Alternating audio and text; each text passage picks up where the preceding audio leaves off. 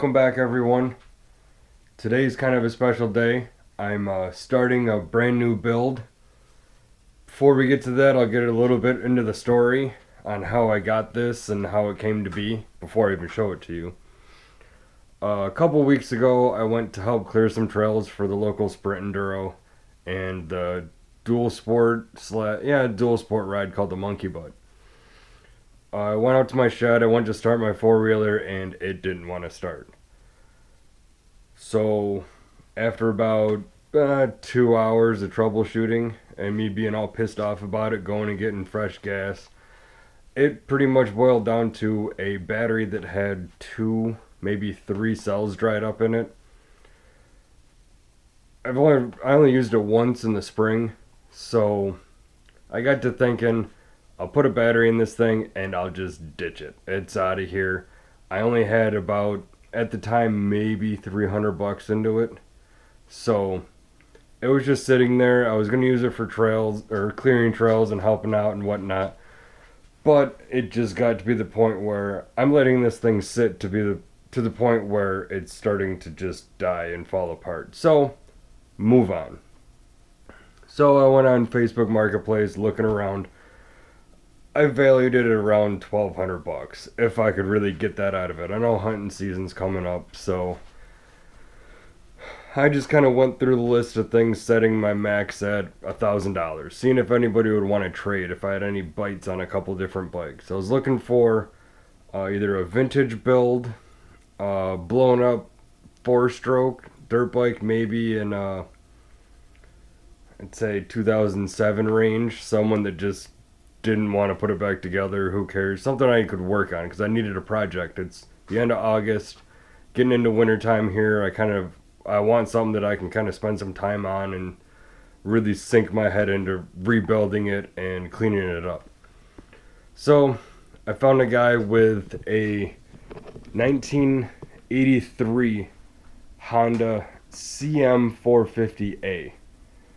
It's basically a Honda Rebel 450 with an automatic clutch. So it's a 2-speed. There's no clutch lever, and you just click it into gear and twist the throttle and go. It's kind of a cool, unique bike. They only made the 450s for 2 years. My wife had a bike about 6-7 years ago that she learned how to ride on. She got her license on. The one thing that her one big complaint was she had short fingers and she had a tough time reaching the clutch. So I said, well, we're either going to get you a scooter next or we're going to find you one of these. Well, I found one. So here it is. It's been in a barn for, 2016, so 4 years ago it was inspected. It's covered in a bunch of bird shit, and I think underneath the seat there might be a mouse nest. The guy put some money into it because the carbs are cleaned in it. It has new chain and sprockets. And what else was on it? There's something else. I can't remember what I saw. But he put a little bit of time in it. He said it ran, and then something happened. Maybe one of the carbs got clogged again. So I was like, you know what? Whatever. If it doesn't run, if it ran, it's got, let's see, 1,200 miles on it. So I was like, I don't care, because at this, I had $300 in the four-wheeler. It's an easy transaction. I'll trade you even up. He has the title for this, and he was willing to trade. So I went out there, looked at it, traded, came home, and I was like, you know what, just for the heck of it, I'm going to put some fresh gas in it, and I'm going to try kicking it, because it's another cool thing. It's got a Kickstarter right here, too. So I kicked it once, and it fired right up. It's like, hell yeah, I got this. Rode it around my yard twice, and it pretty much died the second lap. So when it was running, it idled good, it ran good, until I think it just starved itself, because when I turned the fuel on, the petcock here, I could see fuel just barely filling up right here. So I think there's a filter in here, like a screen, and I bet you that's full of rust because I took a peek inside the tank, and the tank has rust along the seams of it. I stuck a magnet down in there and I was able to pull some flakes out, so I know that that's probably clogged and one of the issues. The fuel in it looks good. Well, obviously it's not tinted or anything, so I can still see shiny metal in there. So that's a plus. It's going to take a little bit of work, maybe some vinegar, some hydrochloric acid to clean that rust up, but it's doable. He also put pod filters on it here.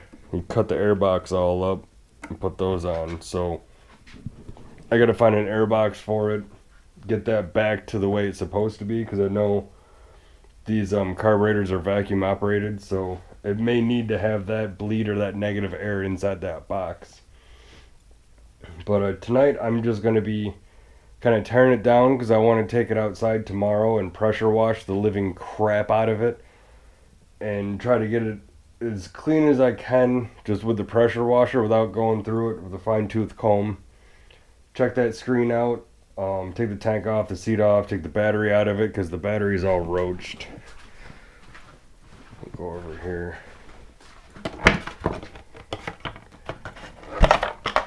You can see it's all fuzzy and that's no bueno. So I'll take that out. You can see the pod filter's been on there for a little bit too. Take those pod filters off. Maybe the carbs off of it if I get that far, because I can kind of judge and clean them up. Maybe just do a once over on it. See if I can't get this thing running better before I just go ahead and start putting some money into it, balls to the walls, trying to clean up all the chrome and whatnot. So I guess it's just going to be a montage from here.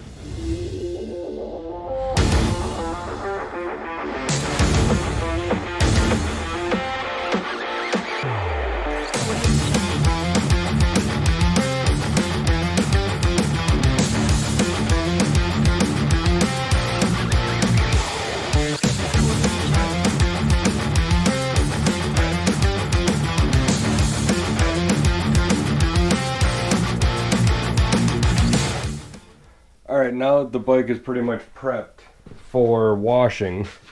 I'm not too worried about the electrical connectors here because I can always take them apart, blow all the water out. I actually want to pack them with dielectric grease. So I'm not going to do that now. I'm just going to pressure wash everything because it's kind of dirty behind here. And the pods are back on with bags on them because normally what I do is I just zip tie or rubber band a bag around the flange of the carb, but this flange is so narrow that I just ended up putting the pods back on covered in bags. So engine's pretty much sealed up. The exhaust I'm not going to be spraying in directly in this way, so this is all good. I'm able to pressure wash everything that I need to here. Air filter's out of it because it's non-existent. Mouse poop is still there. So I'm going to take that out tomorrow, hose it down with some Simple Green, let it sit for a little bit, spray it off, maybe do a couple cycles of that. That should get that pretty clean enough to work on. So now I'm going to move to the tank and this petcock here. If you look inside of the tank here, it's not too bad. I mean, you can still see some shiny metal there. There's a little bit of some like rust starting to form around in there. And then I don't know if we can get a good picture of the seam down there. Probably not. Well, maybe you can kind of see rust there. But I also found something floating around in there. Well, not floating, it's sunk. And it's probably this long. 4 or 5 inches long. I don't know if it's like a bee's nest or something, or a leaf that's rolled up. Hopefully it's not like a critter or something that just died in the gas that's in there. So I'm going to take this petcock off and we'll see what we can find. Alright, I got the tank. I have a clean container here that I'm going to drain all the fuel into. I think I only put like a half gallon or a gallon in there. Well, we're going to find out. But I'm going to take the petcock off, drain the fuel into here, and then we'll check that for any rust or contaminants. I just don't want to put it straight into a gas can if it's got rust in it. So,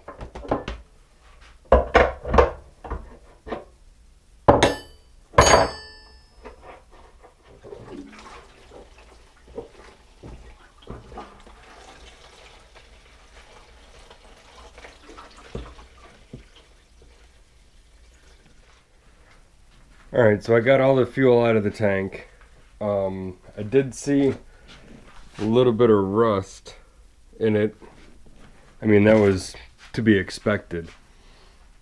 And the mystery blob reappeared. It seems, I don't know what it is in there. See if I can get a good light and try this. Yeah. See it down in there? It's like a piece of balled up paper towel. Maybe a bunch of leaves that like got down in there and then they just balled up from rolling around in the tank. But I gotta get a hook or something in there and kind of fish that out. Hopefully it's not an animal, because that would be kind of weird. Well, a dead end. It's a piece of balled up paper towel. They must have put it in the gas cap there to hold it and it fell through.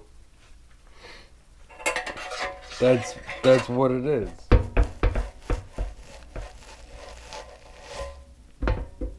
There it is.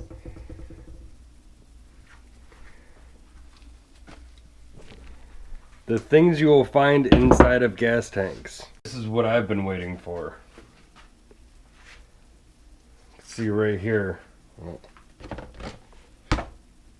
We're already covered in soot and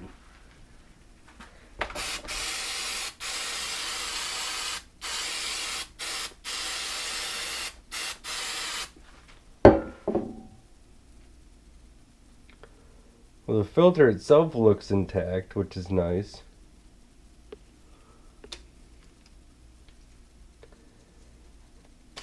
Yeah.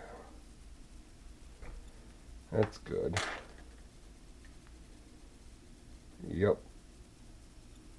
Okay.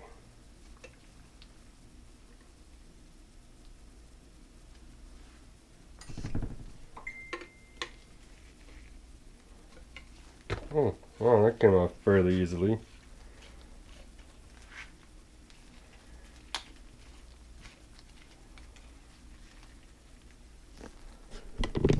Get this, there we go.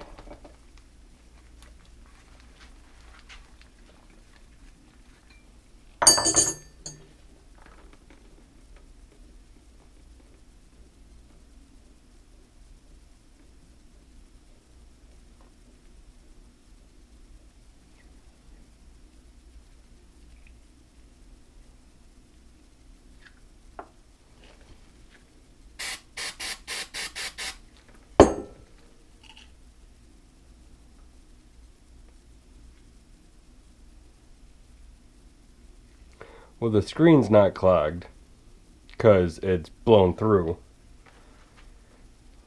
but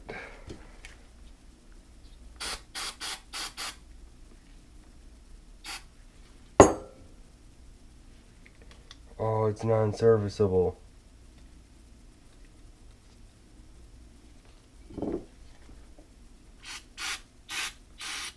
Alright, so I didn't find much in the petcock other than, if you look right there, that's water. So I bet you she was sucking up some water here and there every once in a while into the carb. And those carbs are probably full of water if this has got water in it. So I'm going to end up taking the carbs off after I wash it, get all the water out of the carbs. The fuel that came out of there was pretty nasty, so I think there was still some kind of sludge in there to begin with. And then whatever I put in there just to kind of top it off didn't do much. So, yeah, I think I'm going to call it a night.